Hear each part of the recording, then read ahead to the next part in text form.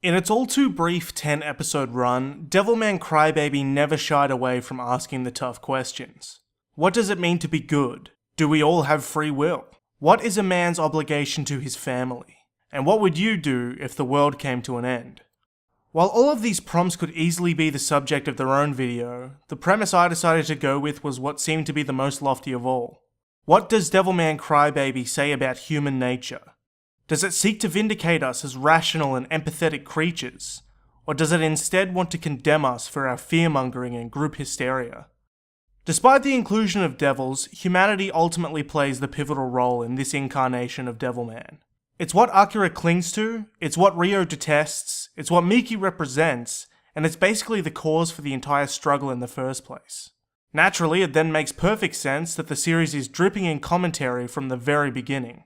In the very first episode, Akira, and by extension the viewer, is ignorant to the existence of demons and the threat they pose humanity. It is Ryo that explains this threat to Akira, and as a result, Ryo takes on the role of a moral guide to both Akira and the viewer, condemning the devils for preying on humanity and setting up what appears to be a clear dichotomy of good and evil. However, in order to summon the devils, Ryo goes on a rampage, injuring and presumably killing humans who he describes thusly. They're all scum anyway. There's no need to be sad. From the get-go, Devilman Crybaby is content to position humanity on the back foot, and it suggests that the demons need to be stopped not because of humanity's inherent virtue, but because they're just the greater of two evils. Despite being a strong basis initially, Ryo's outlook quickly becomes untenable as he continues to unravel, making his philosophy say far more about him than it ever did about humanity. However, the show is rife with other statements to make about its bigger question. A major theme in Devilman Crybaby is the disaffection of youth, which the show seems to look at sympathetically rather than critically. There are elongated scenes of these characters expressing their anxieties through song, which is really at the cost of the myriad other things such as short but deep series could be showing.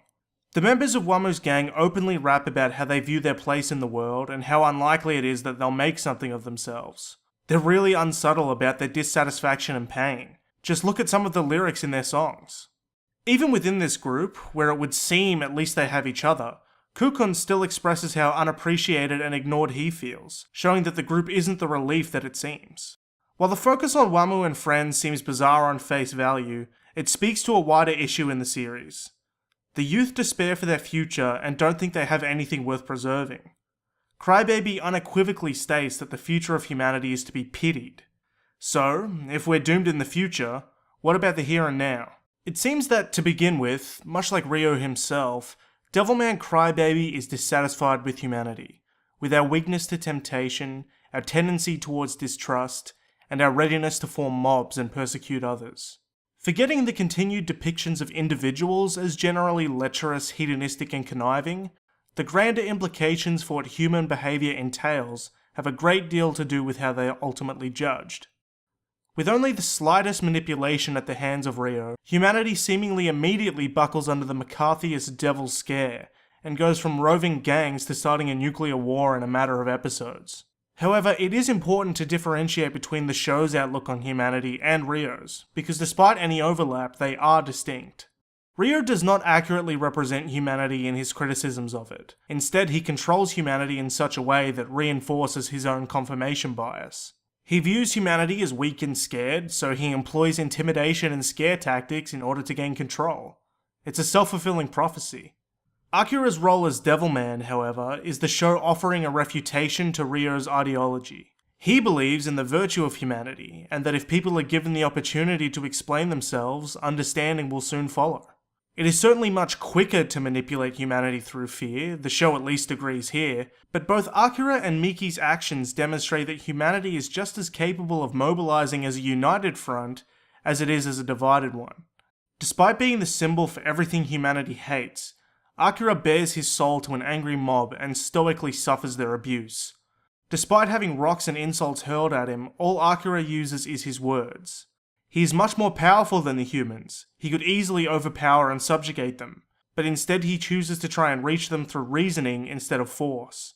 And miraculously, against all odds and aspersions, he is able to get through to the mob, and not only stop them from further abuse, but making them apologize and embrace him, which is not only a powerful moment for the show, but perhaps the strongest statement in favour of humanity yet. But it's hardly the first, and definitely not the only.